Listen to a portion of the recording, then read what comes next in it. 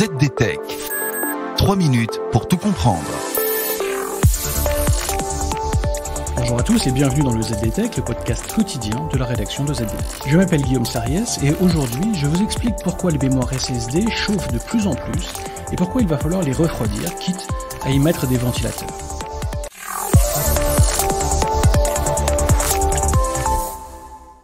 Lorsque les mémoires SSD ont commencé à remplacer les disques durs mécaniques, au début des années 2000, l'un des avantages était que les SSD utilisaient moins d'énergie et généraient donc beaucoup moins de chaleur dans les machines.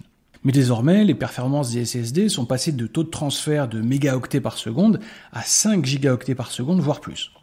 Surtout que les premiers résultats des SSD de 5e génération, la génération de SSD qui vient, devraient permettre des taux de transfert, eux, de 10 à 12 gigaoctets par seconde. Sébastien Jean, le directeur technique de Phison, une entreprise taïwanaise qui fabrique et vend des contrôleurs pour les mémoires SSD, assure que pour chaque gigaoctet par seconde supplémentaire de transfert, il faut consommer environ 1 watt de puissance en plus. De quoi faire exploser la température des mémoires SSD en fonctionnement et nuire à leur performance. Mais alors pourquoi les SSD se mettent-ils à chauffer tout d'un coup ? Eh bien, à cause de leurs contrôleurs. Alors les contrôleurs, qu'est-ce que c'est ? Eh bien, le contrôleur, c'est une pièce placée à l'intérieur du SSD dont le but est de gérer tout ce qui entre et sort de la mémoire, c'est-à-dire de manager le flot de données échangées par les puces de stockage flash et le reste du PC. Et il s'avère que ces contrôleurs deviennent toujours plus complexes pour gérer l'augmentation de la densité des cellules NAND. En gros, plus les cellules sont denses, plus les volumes de stockage sont importants, plus le contrôleur travaille. Problème, une mémoire SSD fonctionne de manière optimale entre 25 et 50 degrés. Et les cellules NAND embarquées dans les mémoires SSD perdent radicalement en performance au-delà de 70 degrés.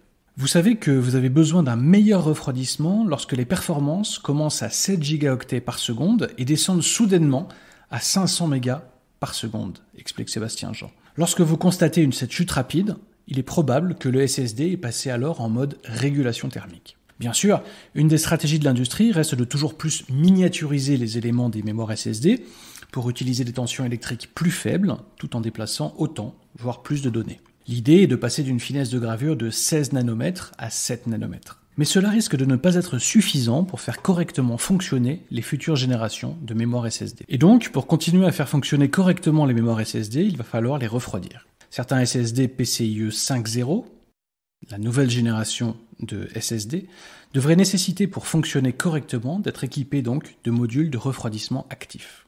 Il va donc falloir mettre de petits dissipateurs thermiques en métal autour des mémoires, voire bientôt des ventilateurs. Et voilà, normalement on a fait le tour du sujet.